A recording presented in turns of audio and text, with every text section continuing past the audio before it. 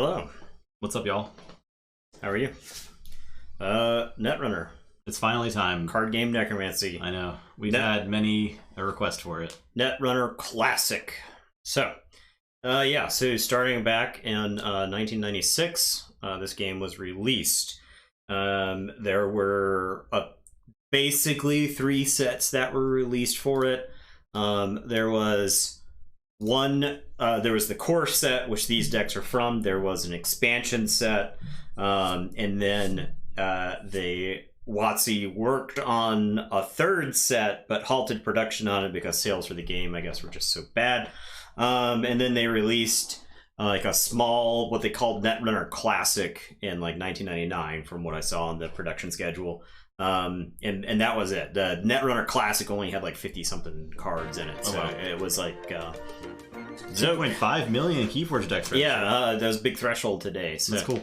I'm glad that game still got some traction. I mean, it's like even during the registered decks is just like a steady graph, right? It's like it never really changes, so that's good. Yeah. So this is, bear with me, this is funny. Netrunner is based in the Cyberpunk 2077 universe. So now the Cyberpunk as a setting was, I believe, created in 1988. Okay. And then when they came out with a 2nd edition in 1990, it was labeled Cyberpunk 2020. And here we are. Cyberpunk future. Yeah. And the timeline split in 1990. And when they came out with the 2nd edition, they actually retconned like the reunification of Germany in the games. Because there's like a lot of like history that happens at the beginning of the 90s that has like global implications later on. So so the smash hit Cyberpunk 2077, this is a direct tie-in to that. So the most remarkable thing about Netrunner, the most noteworthy thing about this game, is the fact that the game is asymmetrical. You have one player who's the corporation and one player who's the runner. So the cards in this game are actually marked with the 2 different backs. You've got green backs for runners and purple backs for the corporation. Now, this game, despite being dated, I think still holds up graphic design wise. I mean, I like the backs. We can't really show you the green back, but the purple back looks pretty nice. Yeah, I mean, it's very like 90s, right? But it's like in a good way. Yeah, that's your deck master mark. Exactly. Right there, yep. It is a deck master game. Here's the green back. Yeah, how cool is that? Actually, that looks badass. That does look cool because you have like the because the circuitry. Yeah. So cool. The and the game is asymmetrical. Now there's some stuff that is the same, and I've got a list of like the actions that you can take on your turn up there, but I have made some asterisks because what is going on there is a little bit more difficult to explain. I'll start with the corporation. Okay. Corporations have 5 types of cards. Okay. Now, I'll start with essentially what is the win condition, or also the lose condition for the corporation. So, corporations have what are known as objectives. Okay? So this security net optimization right here, we got a couple of things to note. Up here is the cost of the card, and down here are the agenda points the card is worth. All right? The object of the game is to get to 7 objective points. Okay. Now, deck construction is wacky in this game. The Netrunner has a minimum deck size of 40 cards, and I believe 3 copies of a card, but no other restrictions than that. Are these the pre-made decks, or are these the starter decks? Are decks that I made some number of years ago, okay. But they will suffice. They are functional. Fair enough. The runner deck, I've culled it down to just 40 cards. But the corporation's deck size. Corporations have a maximum deck size restriction. All right. And it's based off of the number of agenda points in it. Meaning there's a specific amount of concentration of agenda points in a deck. It basically forces you to have enough for the runner to win the game. Okay. Right. And so, it's interesting, right? Because you can have like a really big deck and your cards can be worth a lot of agenda points. But if the runner steals those points, then the runner closer to winning as well. Only needs to like flip 2 cards to win, right? So, and I'll get into like exactly how you steal it, but the objectives are, the agendas are the driving force in the game. Conceptually, the agendas are like big ticket corporate plans. So this would be like Taco Bell releasing breakfast. Okay, right. But imagine the secrets for the Taco Bell breakfast plans were locked. Because they're made behind human meat, right? Yeah, because it's made out of human meat or something like that. So the hackers have to reveal this information. Exactly. And so the hackers, you're doing it. So one major difference between this and the FFG game that came out, in this game, the runners and the corpse are all generic. You're a generic planeswalker like in Magic, right? There's nothing separating you from any other player. FFG made the decision to institute personalities in the game, which gave you some deck building restrictions, and also gave you like some flavor. Yeah. Now, ultimately, I don't think necessarily that the personalities were ever balanced, because they were always just like, it's like this is the best one, right? Yeah, they were always just like the best ones to do. So, right.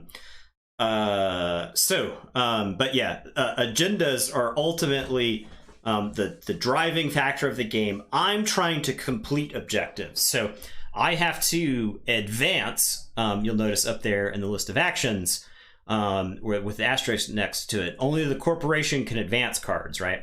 So I'm trying to advance the security net operations 5 times, and if I do that, I can reveal it and score it at that time. And some objectives have text on them, and I get a bonus basically for the rest of the game.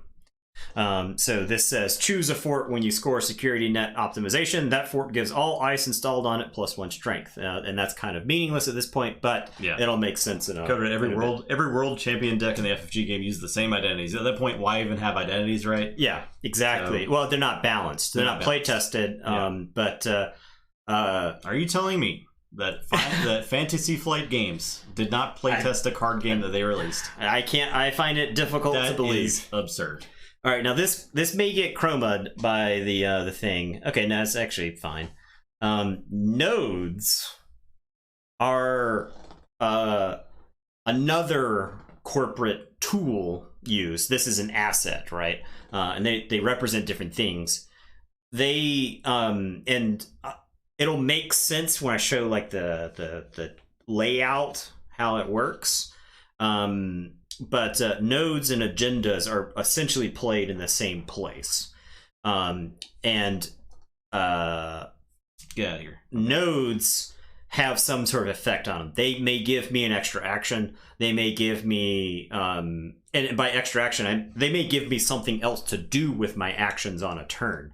So like, for instance, this card lets you spend an action, and I'll get into the iconography in a bit, but this game was, as far as I know, this is one of the earliest examples of a game that like had a set of iconography, so that way when you're like looking at a card, and I'll just show that off in the rulebook right quick, these symbols are uniform across runner and corporation, and so once you know what you're looking at, you understand the game. It's the hieroglyphics. It's the hieroglyphics thing. It looks alien to you. It's just like a small little language you have to learn. Yeah, as soon as you understand it, it makes more sense. So, and there's actually the cost of cards is codified too. but I'm not going to worry about that. It's mostly cost of cards is complex for the corporation. Okay. This trash icon down here means the runner can pay this many bits to trash this card whenever the runner accesses it, and that's will be done during a run, which I'll explain a little bit further. There's, like I said, there's a decent amount of info dump that has to be done, but once all the pieces are like mixed together and moving, the game flows a lot faster. Okay. Than it may initially sound. Now, something to be wary of with nodes. You can put them face down. So, for instance, the remote facility cost 5. So I could put the node face down, and then when I have the 5, I can choose to reveal it if I have to spend money elsewhere. Okay. Now, you can actually, there are trap cards. So, much like actual corporations, I could set up like a honeypot. I can make something look really, really sweet. Yeah.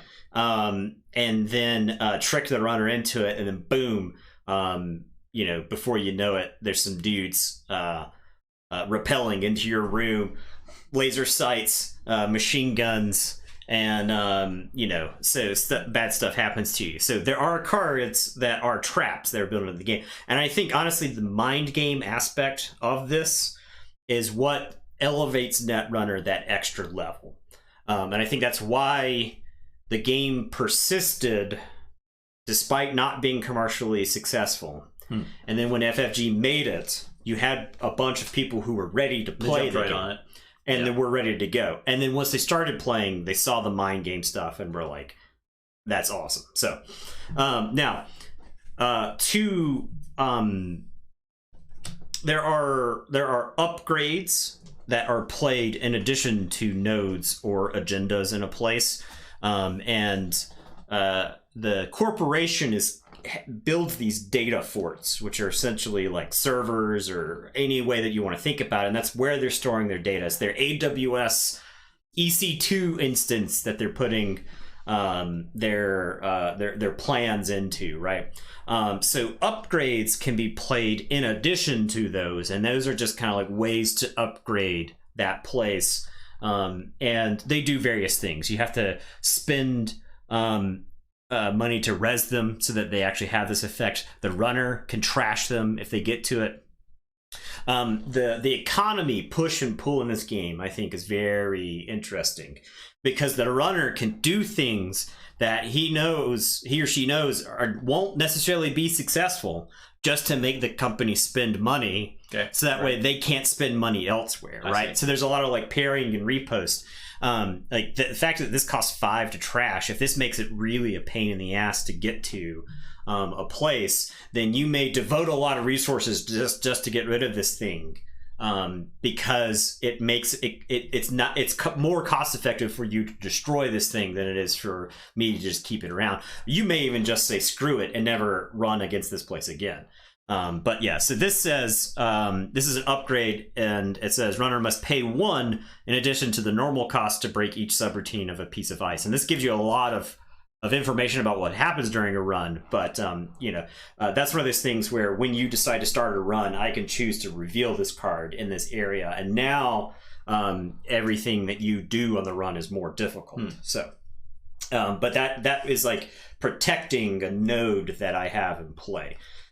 So, all right, now, there are operations, which are pretty straightforward. These are essentially just actions, interrupts, instance, whatever it may be, in any other game. These are things that are played, they resolve, and then they go away. This card costs 5, it gives you 9 resources. There's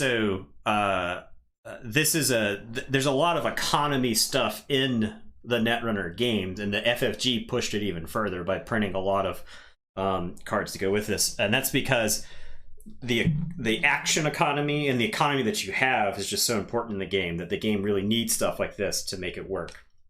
And you have to like make decisions about like what you're including in your deck, right? Operations, play, resolve, move on. Now, finally, and most interestingly, we have ice, which stands for eternal something internal intrusion countermeasure electronics. Intrusion countermeasure electronics. That's easy. So ICE. Here are some examples of some ice. There are 3 types of ice. There's code gates, walls, and sentries. And they like philosophically represent different types of software. And there are different types of avatars, basically, that are in the game. And so James Cameron's avatars? Not quite. No, those are physical manifestations. These are digital manifestations. Okay. So this is back when. So I mean, 96 people understood the internet, but they thought literally accessing things online was basically going to be a giant MMO, but that's not how. Man, if only it was that cool. Yeah, I wish it was that cool. Yeah. So ice has a strength, which is what you need to overcome to break subroutines on it. And the little arrows, the little circular arrows, the recursive arrows there are a subroutine. And this is when you encounter this piece of ice, you have the opportunity to stop those subroutines from happening. And if you don't, those things happen in the order that they're listed on the card. And you can decide to break all or none of the subroutines on the card, or just some of them. And the subroutines differ from type to type. Typically, code gates and walls are trying to shut you out of the stuff, out of the data node, and then sentries are usually trying to do nasty things to you. Lots of interesting things going on with ice, and we'll explore that further once we get to an actual run happening. Now, because Laserwire says do 1 net damage, I'll bring up damage right now. Since we're about done with the corporation and we're moving on to the runner. The runner and the corporation both start with 5 cards in their hand, and that's your maximum hand size. Now, the corporation never takes damage. All right? So this is one of the more important asymmetrical bits of the game. The runner can take damage. Okay. Net damage is something happening to you like your cortex. Right, you're getting like a little bit fried. Okay. Something does damage to your digital persona. There's brain damage, which is net damage so severe that it's actually feeding back and causing parts of your brain to decay. And brain damage is permanent, and it permanently reduces your hand size. Oh wow. Okay. All right. It's like Highlander. And then there's meat damage, which is where I go send somebody to break your legs. Okay. And the FFG card game had a pretty great card that did like 4 meat damage to the runner. And it was because the core just dropped a bomb on a city block. So if you didn't have any way to like stop that damage, but meat damage in this game is like somebody coming after you type thing.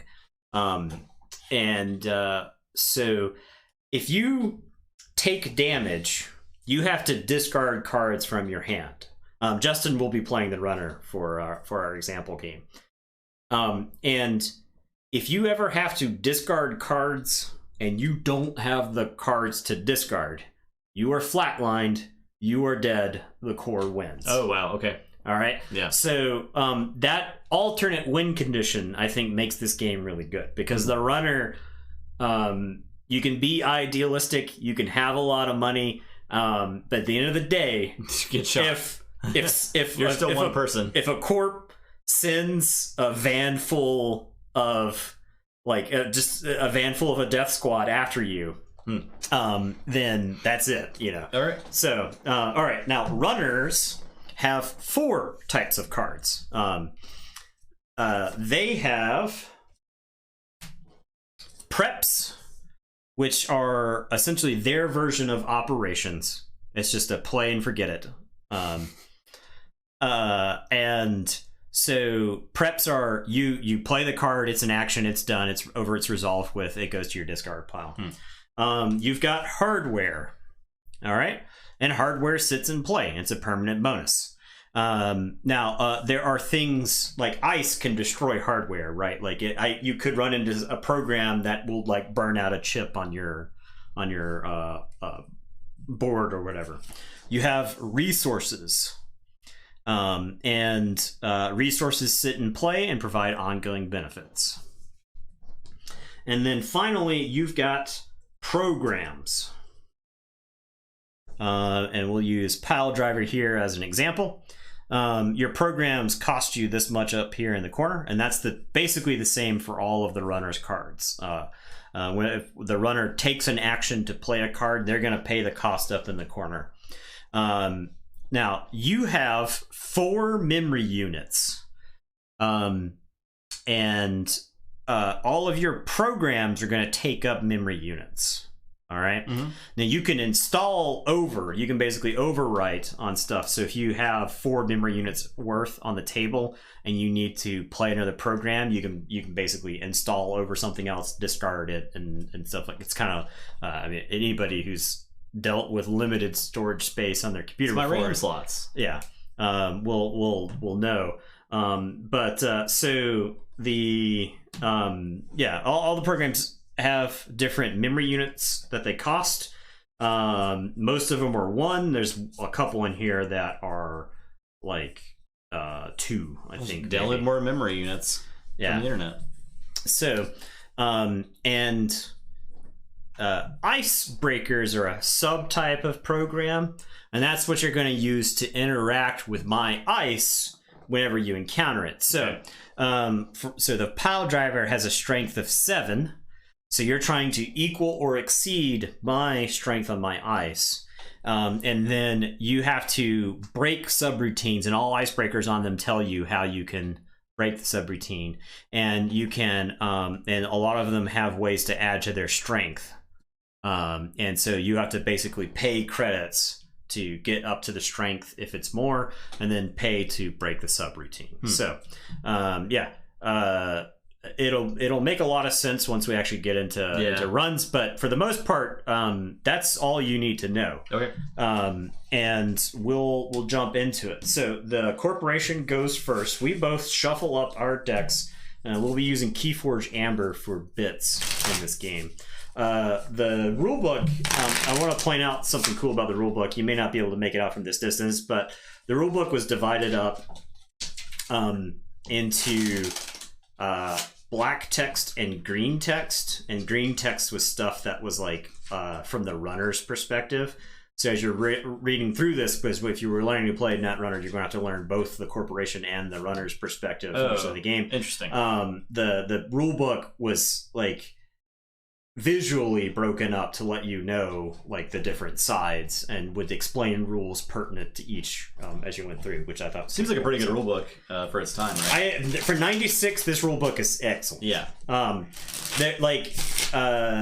Netrunner was like the card game connoisseur's game for a long time, because there were so many decisions that were made in the game that were just smart and elegant. So all right, we both start with 5 credits. Now, interestingly, credits represent a different amount of value for each of the entities. I suppose that makes sense, yeah. This is like, each credit for you is like a couple $100. Each credit for me is like $500,000.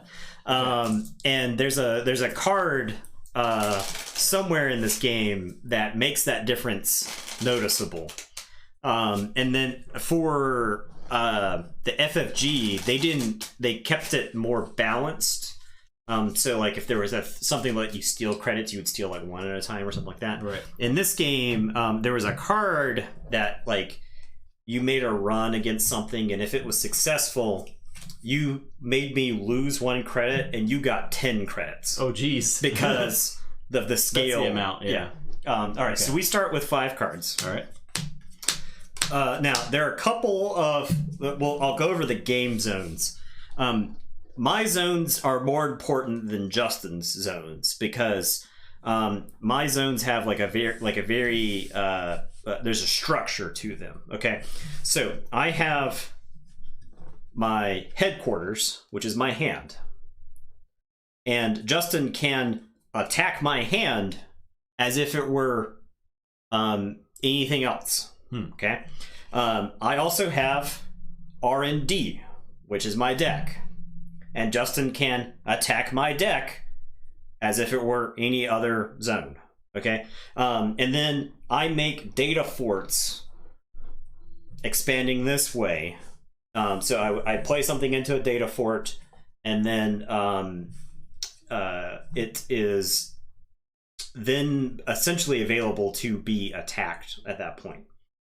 Now, the corporation's turn, I get 3 actions. But I always draw a card. And if the corporation's deck ever runs out of cards, the corporation loses. All right, so start of my turn, I draw a card, and now I have 3 actions. So my first action is going to play Efficiency Experts, which is a free action, which just lets me gain 3 credits. So I'll play that. I'll gain 3 credits, or bits, I guess.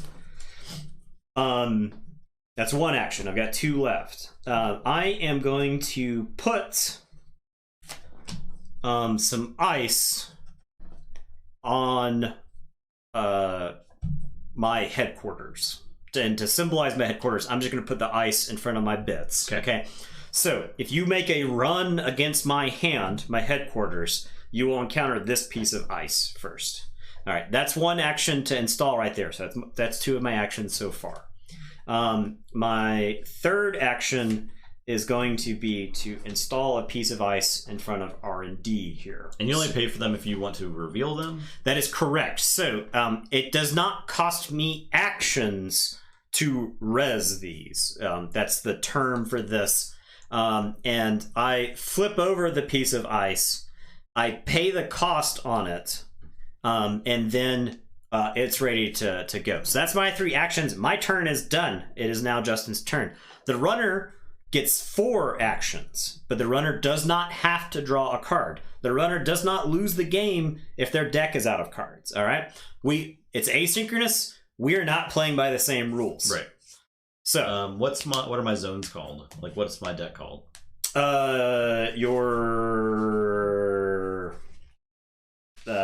It's like stock. It's not stockpile. It's stack. Stack. Yeah. I think clicks did come from FFG. Yes, they used the click nomenclature. Yes. This is the stack. Okay. That's the stack. Yeah. So you have the trash. I have the archive. Now, I actually have 2 archives. I do need to make note of this. I have 2 archives. So, I have a face-up archives and I have a face-down archives. And Justin can make a run against my archives if he wants to. If it is successful, he gets to look at the face-down cards. Because through some circumstance, I may end up with some agendas in my discard pile. And if they're in there and you make a successful run against them, you get to score them, just as if they were in any other zone. Okay. All right, so I'll go ahead and play Jack and Joe, which just draws 3 cards. Yep. So that's an action. With 1 action, I have 4. Yes. 1, 2, 3. All right. I can. And I believe you discard at the end of the turn. So you have to discard it down to 5. Okay. I'm gonna double check that, but I believe you don't have to discard down to money. You can just have money stored up. Yes. So I'll play this thing as it gains 3. Yep. That's 2 actions. Playing cards. See if there's a discard. What are the benefits for attacking your deck? So if you reveal anything that has a trash cost, you can spend the money and destroy it. So that way I can't use it. And if you reveal an agenda, you score the agenda. So if you ever see an agenda, if you see it here, you see it in my hand, if you break through a data fort, then you score that agenda. And we're playing to 7 points. So. All right, I'm gonna play this Force Shield. That's a program. It costs 2, right? Yep. And it says prevent up to net and or brain damage each turn. Yep. That's one of my MUs. Yep. I guess it just sits down here. Yep. Okay. You got 3 MUs to work with. And then I will play Custodial Position. Okay. It says make a run on R&D. If it is successful, access 2 additional cards from R&D. Okay. So I'll make a run. All right. So you are starting a run. Now you work your way in. You start with the outermost piece of ice and you work your way in. Right now I've only got 1. I can take a look at this piece of ice and I can decide whether I want to res it or not. I am not going to res it. So now before you get here, you can choose to jack out if you want to, which basically ends the run before anything bad happens to you. Now that is not as important in this game. In the other Netrunner game, in the FFG Netrunner game, there are a lot of like trap cards and stuff like that that could hit you. So why would I stop before hitting your deck if that's my little you wouldn't want to. Okay. You wouldn't want to necessarily. But if you had foresight into if a bunch of ice has done a lot of damage to you, you can pull out of the run before you blunder into more things that kill you, right? Or if you suspect that, like, if there's like 3 pieces of ice here, I've got like $15, and you're just like bypass. Oh, and I'm like, you want to access this thing? You can pull out of the run, right? Because you might just be making a run into one of the trap cards that I showed you. I see. So, yeah. So you get to access 3 cards. You get to look at these cards. I think you have to keep them in that order. Okay. But if any of those are agendas, you get to score them. And if any of those are got trash icons on them, you can spend the money to trash them. There is a thing with a trash icon. You don't have to, but if you cost want 1. So. Okay, sure. All right, so you've destroyed Olivia Salazar, who is an upgrade. So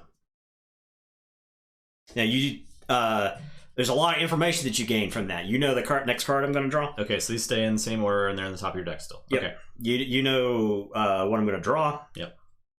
And so you know whether or not you want to run against this again. Right. Okay. So. All right. That was my 4 actions. So. Okay. That's it. All right.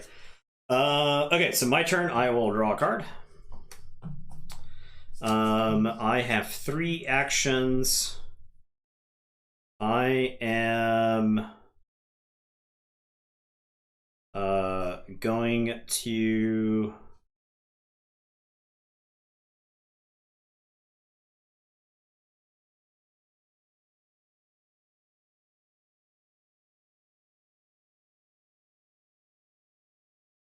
I'm gonna make a data fort here. Install a piece of ice. So I've got a data fort here. And then my other 2 actions are going to be to get bits. All right. Okay. All right. So my turn. I have 4 actions. I will play. What is a resource card? Resource card sits in play. So it doesn't take up a MU or anything? Nope. Okay. What is a trace attempt?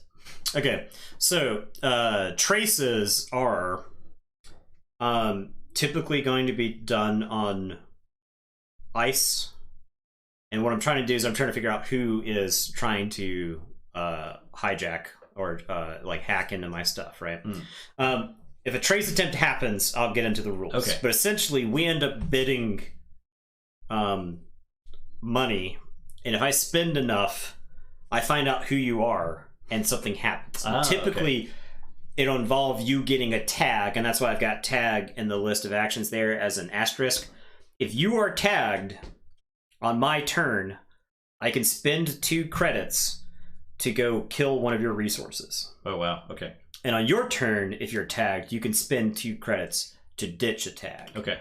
And the tag goes away. So I'll play this resource that says a bunch of stuff that I don't understand. So +1 link. Use this ability only once during each trace attempt, and only after you and the corp have revealed how much each of you spent. Yeah, so what happens there is you get to see how much money I'm going to spend on the attempts to trace you, and if you have enough money, you could spend it to stop the attempt from happening. Okay. That's the way that card works. So. And then I'll play Speed Trap, which is another MU. And it says, jack out before an upgrade or node takes effect. Use this ability only immediately after the corp has rezzed that upgrade or node. Yeah. So after you reveal something, I can just... upgrade or node. So I can show you the trap card. I can tell you you've activated my trap card, and then you can use the Speed Trap to avoid the effects of it. Okay, so then I'll draw a card. And then I'll play Jack and Joe and draw 3 cards. Okay. Seems good. Seems like that's one of them staple cards. Yeah. That one, they gain 3 resources for nothing. Yeah. Seems good. All right, that's my turn. All right, I will draw one.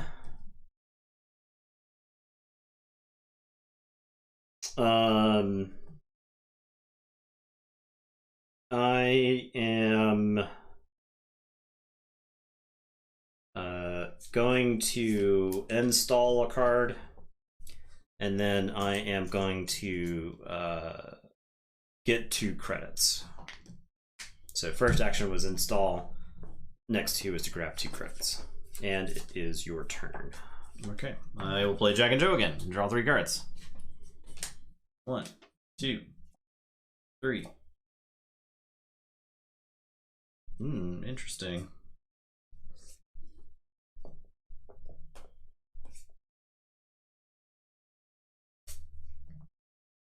That was my first action.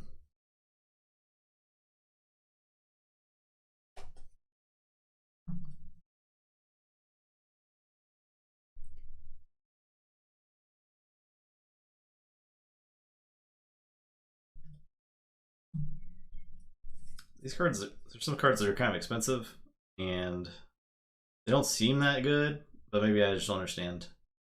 That is likely the case. Okay. Cards in this game are more expensive than you think they should be. Okay. And that is because that's because you have so many actions on your turn. So you can like gain play. You could take 2 turns in a row to gain 8 money, right? Right. And sure, you didn't do much, but you just now have 8 money that you didn't have before. I see. All right, I'm gonna play Smart Eye, which is an MU. Okay. That says, once during each run, you may expose a piece of unrezzed ice as you approach it. You may then jack out before the corp decides whether or not to res the ice. So you can look at something and then decide whether you want to keep going or not. Okay.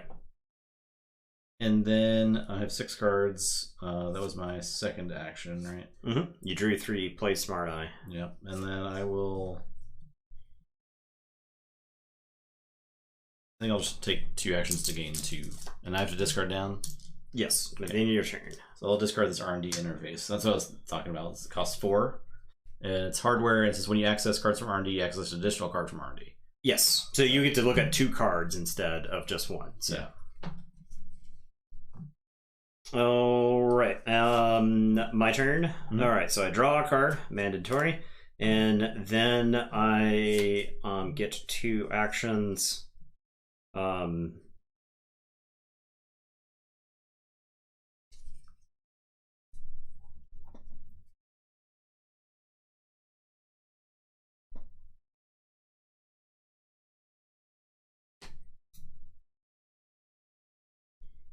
I'm going to install a card for 1. I am going to res this card, which costs 2. Resing is not an action. Okay. Right? You just do it.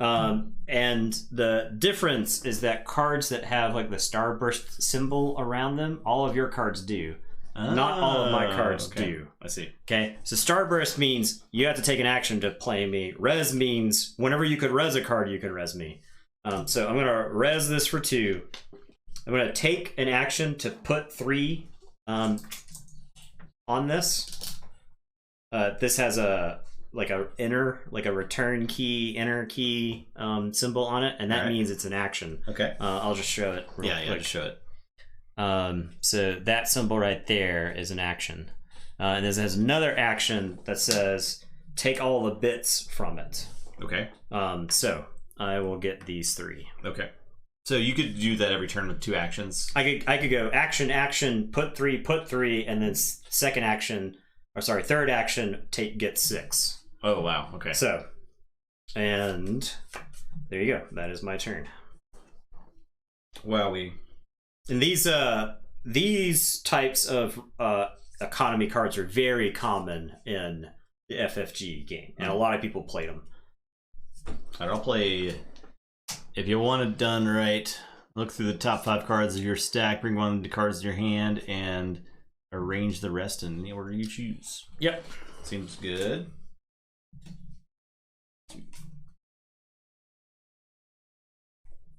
All right.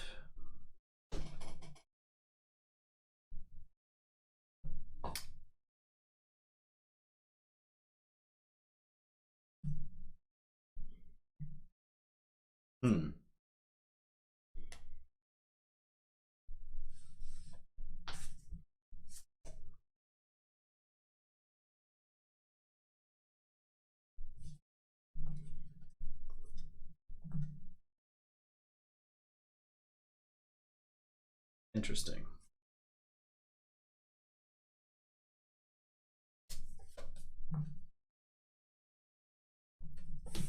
All right, add 1 in my hand. I will play Code Cracker for 2. It can break a code gate subroutine and give me +1 strength. Boom. It breaks the subroutine for free, For right? free, and 1 for strength. That's 2 actions. And I'm just gonna get some money. Okay. I feel like I need some money. That's it. All right, I will draw a card. I am going to use this. First action is to gain 3. My second action will be to gain 3. My third action will be to take all of the money from it. It's a lot of money.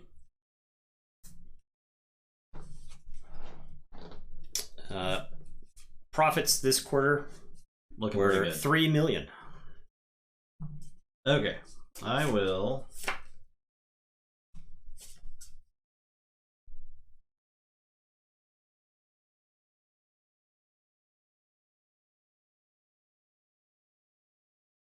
Play Forged Activation Orders. Choose a piece of ice. The corp either reses that piece of ice or trashes it. Okay. I guess I'll choose this guy. All right, so I can either res this or trash it. Okay, I'll spend 9 to res the zombie. The zombie, okay. This is the one I saw on top of your deck, so. Does a brain damage and ends the run. It is a sentry. Okay. That was which action number? 3? That was 1? 1. Okay. Just 1.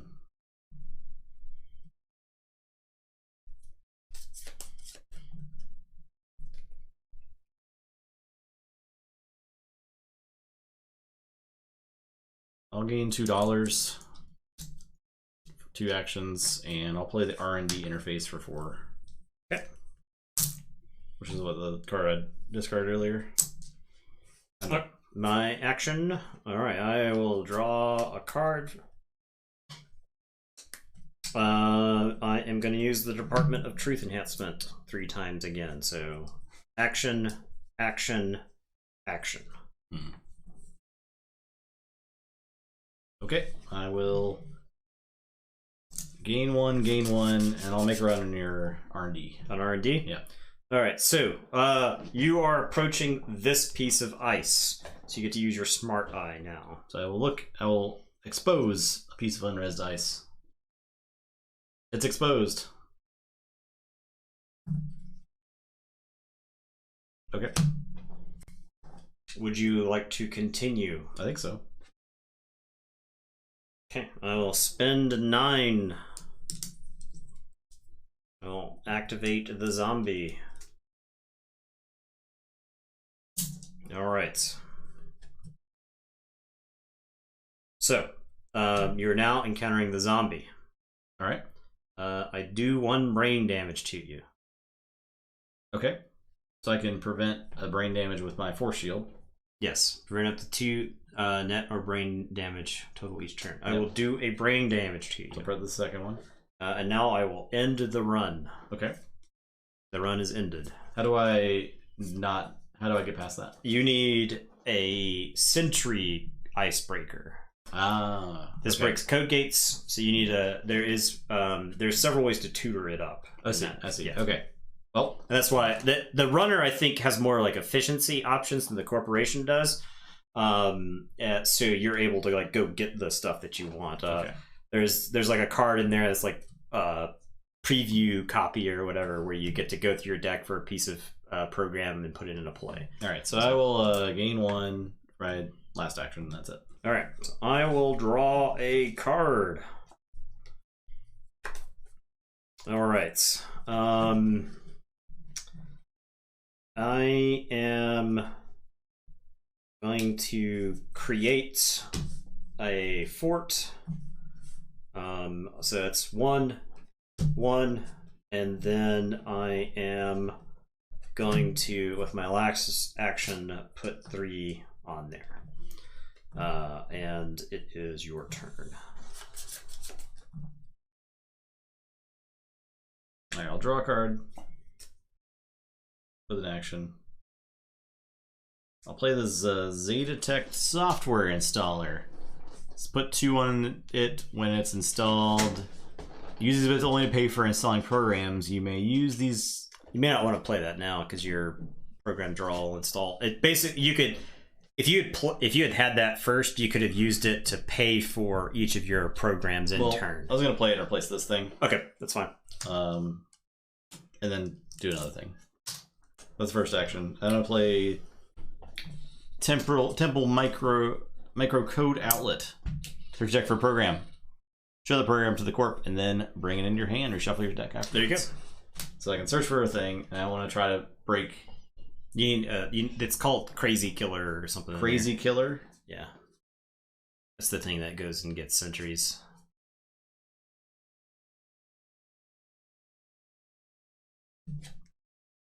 Oh, Looney Goon? Looney Goon, there you go. I'll get Looney Goon. I'm showing please show his art. I'm showing you Looney Goon. The Looney Goon. It's pretty cool. It's pretty good art. Yeah. Alright, cool. That was action 2. So for Looney Goon to get past a zombie is going to end up ultimately costing you 7. If you wanted to break all of the subroutines. Now, the brain damage you can ignore using the force shield. Right. But to break the end the run, you have to get Looney Goon to 4 strength and then break the end the run subroutine. And then you would make it through. Because he starts off at 0 strength, and you could spend 1 to give him +1 strength. Okay. So I'll play Looney Goon for these 2 and these 2. Yep. And stalling over that. Yeah. And that was my 3rd action, so I'll gain a bit. Okay. All right, my turn. Yep. I will draw a card. So I just need 5, basically, right? 5 will get you past right. it, yeah. All right, so first action is going to be to put 3 on this. And my second action will be to take all of the credits.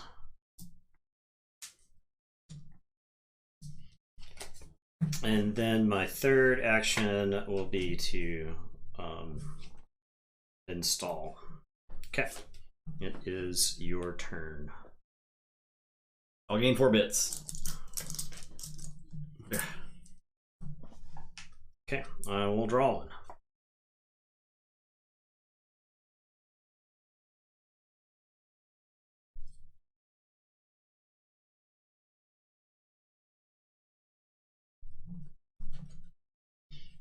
All right.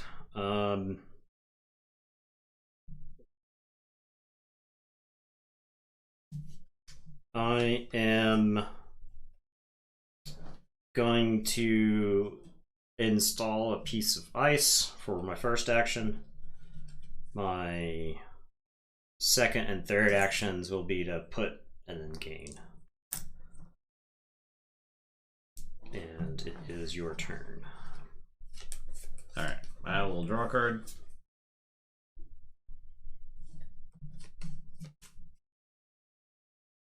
I'll gain for 2. I'll gain another one. And then I will play All-Nighter to make a run. Whether or not the run is successful, you may then make another run. So okay. I'm going to go with R&D. R&D? Alright, so you're encountering this piece of ice, so your smart eye gets to look at it. So you look at it. It's a data wall. Ice wall. So I don't have anything to break that. Right? Mm-hmm. Okay. I guess I can force you to at least reveal it, right? Yeah, you make me spend the money. Yeah. Alright, I will reveal the data wall. It's a 0 strength wall that ends the run. Alright, but then I get to make another run. Right, whether it was successful or not, so you make another run. I will go there. Going here? Yep. Okay. Alright, so you encountered the zombie. Alright, so I'll absorb the damage. Right? Yep. And then now it's trying to end the run. So actually, before any of this stuff happens, you break the subroutines. So you don't even actually take the damage yet. If there was something that happened that make you take more damage this turn, if you wanted to break these and whatnot, it's unlikely to happen. But you have the option to get this to the appropriate strength. You don't have to like keep pumping its strength. This strength goes away at the end of the turn, right. But for this run, it's all that strength. If that makes sense. For this encounter, it's that strength. Okay. So I just spent 4? 4 to go to 4 strength, yes. Okay. I explained that poorly, but I think you know what's going on. Sort of. And then if you want to break any subroutines, you pay them now. Okay, so you have to go to 4 strength to be able to break subroutines. That's correct. I see. Okay, so I will break the sentry subroutine. The end of the run one. Yeah. Yep. Okay. The brain damage is prevented by the force shield. Okay. And then you make it to here. So now I can blow that up. Yep. 1. Now this gained you 8,000. Yeah. Actually, $8 million. Yep. All right, that's it for my turn. All right, I am. I draw 1 for the start of my turn.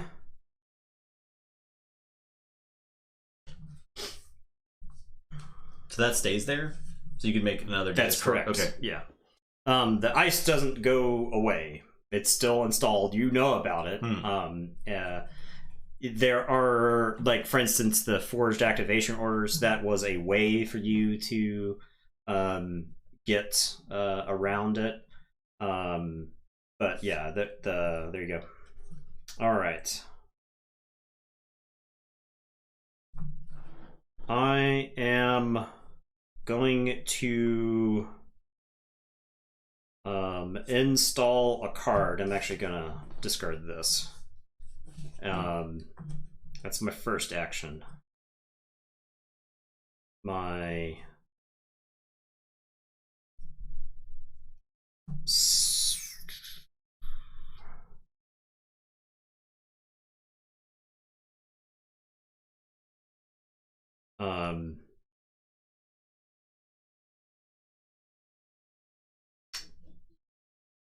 my second action will be to gain a credit. My third action is going to be advance, which is something only the corporation can do. So I move 1 credit onto this. Okay. And if this is an agenda, I can reveal this if it's got the number of advancement tokens on it equal to its cost, and score it at that time. So, all right, there you go. All right, I'll draw a card.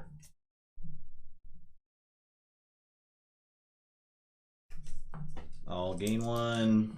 I'll gain 1. And I'll draw. All right, my turn. I draw. I am going to gain 1 and then advance twice.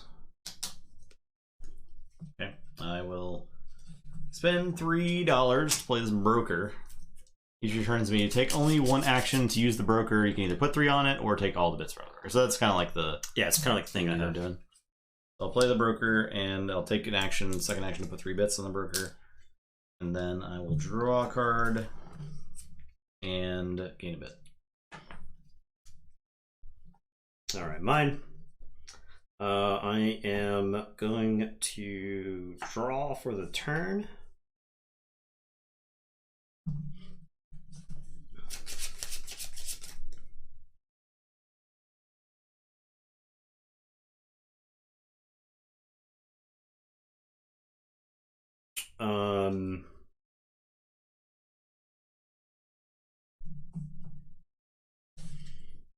I am going to gain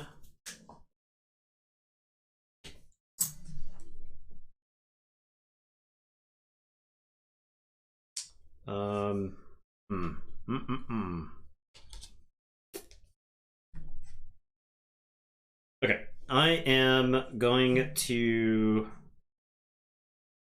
advance 3 times as my actions for the turn. Okay.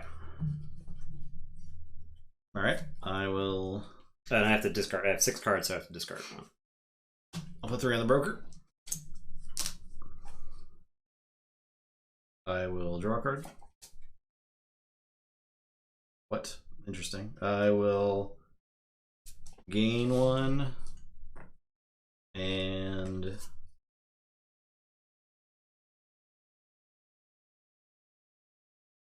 I'll draw a card. Your turn. Okay. All right. I am going to spend 10 on the management shakeup. All right. This lets me add 3 advancement counters to any cards that can be advanced. So I'm going to advance this 3 times, and I am going to flip up the political overthrow. I have overthrown a country. Okay. This is worth 6 advancement points, so all I need is 1 more advancement point to win the game. Whoa. This goes to my score area. This also gives me the action to just gain 3. Whoa, okay. As I plunder the resources of the country that I have overthrown. So that was my first action was for political overthrow. My second and third actions are going to be to gain 3 from each of those. All right. All right, so I will use the broker to gain these resources. I will use Gideon's pawn shop to search my trash for a card and add it to my hand. So I'm going to add the Temple microcode outlet to my hand. And then I will third action play the Temple microcode outlet to search my deck for a program. So whatever can get rid of data walls. Yep. You're looking for Jackhammer, I think it's called. Jackhammer? Is that it? That was Pile Driver? Pile Driver, that's what you're looking for. Pile Driver breaks up into 4 wall subroutines on a single piece of ice. That's only 1 wall subroutine. Yeah. Okay. Look at Pile Driver.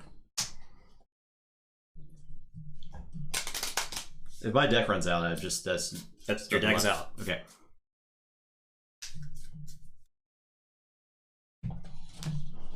And I'll play over the Smart Eye. Okay. For my last action. Your turn. All right, I will draw my card.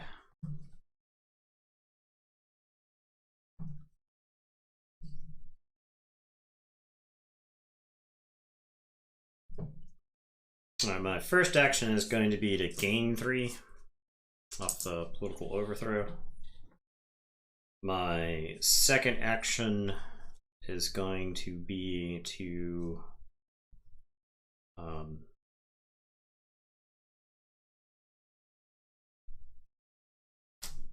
install a card, and And then my third action will be to gain 3 off the political overthrow.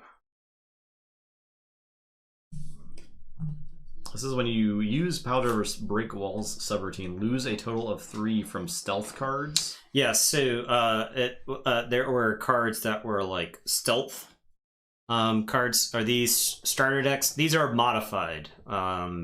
The Corp deck is actually 70 cards. I believe the starter deck was only 60 cards. And the runner deck is actually 40 cards instead of like the 60 card runner deck. Okay. But these aren't much more than the starter decks. These were... there were only a handful of. I think this was like my collection from 20 some odd years ago. So yeah, it's not much more. It's like 2 packs of starters and then some booster packs mixed in as well. So they're unsleeved. Yes, sorry. I was telling Justin that these cards are from a different era where cards could be beaten up significantly before they started to shine. Yeah, I know. That's what I said.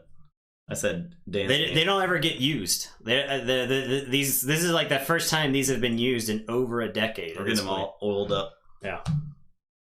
I am a lot greasier now than I was 10 years ago, though. It's your turn, right? I gained 6 and installed that. Okay, so I will... gain 1, and then I'll play Score to gain 9. Yep. So you spend the 5 and gain 9. Yep. That's 2 actions. I'll use the Broker to put 3 on it. And then my last action... I'll play this R&D interface. Okay. I think the only way I win this game is if I somehow access enough stuff from the R&D. So I'm done. You will not win the game because I'm going to advance this 3 times and then complete it. Okay. It's got 2 points on it. One thing that you will learn about playing Netrunner is that you need to be aggressive as the runner. Yeah, I didn't understand. It's when you see something like zombie and you're like, oh god, I'm gonna die if I trip the wrong thing. If you had like all of these were in my hand at some point, and like there was a time where you attacked me in one of my zones and I didn't have enough money to like pay for every zone. And so if you'd like done runs into here and made me pay, and then runs into here and made me pay, okay. you would have been able to like, but that's like where I think the skill difference in Netrunner, it makes a difference. And that's why the game is so great. Right, because like knowing that you have to be the aggressor as the runner makes you a better player, and then you get that risk versus reward. I think I would enjoy Corp more. You think you would? Okay. Yeah. I don't. Yeah, the win conditions are advance or steal agendas. So I completed 8 worth. I feel the same about this game as I did when I played the FFG game. This is not for me. Yeah, this game is not for me. I recognize that it's a good game, but it's not your style of game. Not my kind of game. Yeah, I had some big stuff over here that did a bunch of damage to you.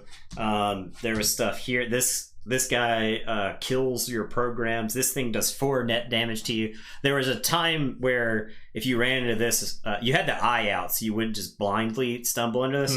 But this would have done 4 damage to you and would have killed you through your neural net, your neural shield. It also makes it so that you can't break subroutines on the next piece here. So it shoots you, and then you run into this. It trashes a program and then ends the run. So I also think just the type of card player I am, I would enjoy Corp more because I'm like a turtle build. I like turtling up. Yeah. It's such like there's so many mind games going on. I built this with a trap card in it initially, so that way I could get it built to the point where I could actually defend it. Yeah, right. And then swapped in the political overthrow. I figured that was what was going on there. There's so much cool stuff going on, and honestly, the art in this game has not aged poorly. It's wacky, goofy, like cyberpunk art from the 90s, but like ultimately, it's not bad. Yeah. Hey, look at this. Look at that. That's pretty great. It's called the Brain Dance Campaign. You got somebody dancing on your brain. Kilroy was here. Looks really good. Yeah. Also, a lot of cool discs. It's accounts receivable. Look at that. It's shot. She's got a Super Saiyan power level reader. So this is they definitely tweaked it going into this version, and I mentioned it a little bit earlier. The major difference between this game and the FFG version was that this version did not have personalities. So there's nothing differentiating decks from one another. There's no it's like player preference at that point. The FFG game, I think, had problems balancing personalities because everybody just played the best personality. But in this version, you're just a corp. In the other one, in the FFG one, they made differences. You had like a news organization. You had like the name Jinteki is from the Android version. Right. If you ever played the Android board game, a lot of the stuff is kind of familiar. The Haas Bioroid Corporation, it was from the Android board game, and then they moved it to the card game, and so the different personalities had different strengths and weaknesses and stuff like that. And like the Haas Corporation wanted to had a lot of ways to go hunt down the runner, and the news company was very good at giving tags to the runner that you could then go use the leg breakers to go. Okay. Apparently meat damage was such a problem in the FFG game. They like printed a card for the runners to help like balance it out, and it was basically like a mech suit. It was like this heavy duty armor, because it like helps you prevent. You gotta be a hacker. You need a mech suit. Yeah, first thing you need, mech suit. It would help. So I think the Android property has a lot more to work with for the context of like a card game than like the Cyberpunk setting. The Cyberpunk setting is serviceable. It just definitely feels like it was made in the late 80s. Yeah, right. Right. It was made in like the nascency of like Cyberpunk, and Cyberpunk as a genre has kind of like fallen away over the years. A lot of the aesthetic and the pastiche from it. We know that the future is not that cool. I mean, vapor wave music, right? Like that is probably one of the more lasting things from like Cyberpunk, but that's just because the aesthetic was so interesting at the time, like in the 80s, right? But what we've ended up with is all of the corporations having power, but like the hackers aren't nearly as interesting. All the hackers are like getting paid in like Bitcoin, right? Like it's not nearly as cool as it could have been. So Eddie is just Eddie's awake. All right. So there you go. That's there you go. Game Netrunner. Card game Necromancy Netrunner. Boom. Put it next week. Sunday. I was gonna say for next week, Card Game Necromancy. Oh. X-Files. Yes, the truth is out there. Yes. Trust no one. We've been doing our homework. Deny. We've been doing our homework. We've been watching some X-Files. I gotta tell you, X-Files has aged pretty well. Yeah, it's great. All things considered. X-Files, really fun to enjoy. Really fun to go back and watch. So, yeah. Sunday. Big one. You've got a whole chair, I'm assuming, but you're only going to need the edge. We're going to need 3 chairs. We're going to actually need, we will need 3 chairs. Zach from Call of Discovery is going to be here. Running Call of Discovery. He's going to run the gauntlet. Yeah. The first interloper to run the gauntlet. It's something to look forward to. It's the crossover event of the century, as far as I'm concerned. Yeah, very exciting. It's like, what if Michael Jordan played baseball? Wow, wouldn't that be fun? That would be wild. Who could imagine that? Oh my. So yeah. It's inconceivable. The amount of entertainment that you're going to get this Sunday can't be measured. Comparable to Michael Jordan doing anything. Yeah.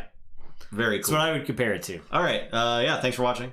Appreciate you hanging out tonight. So hope everyone has a great weekend and a good Halloween. We will see you on Halloween. We will be in costume. Yeah. And yeah. All right. Goodbye.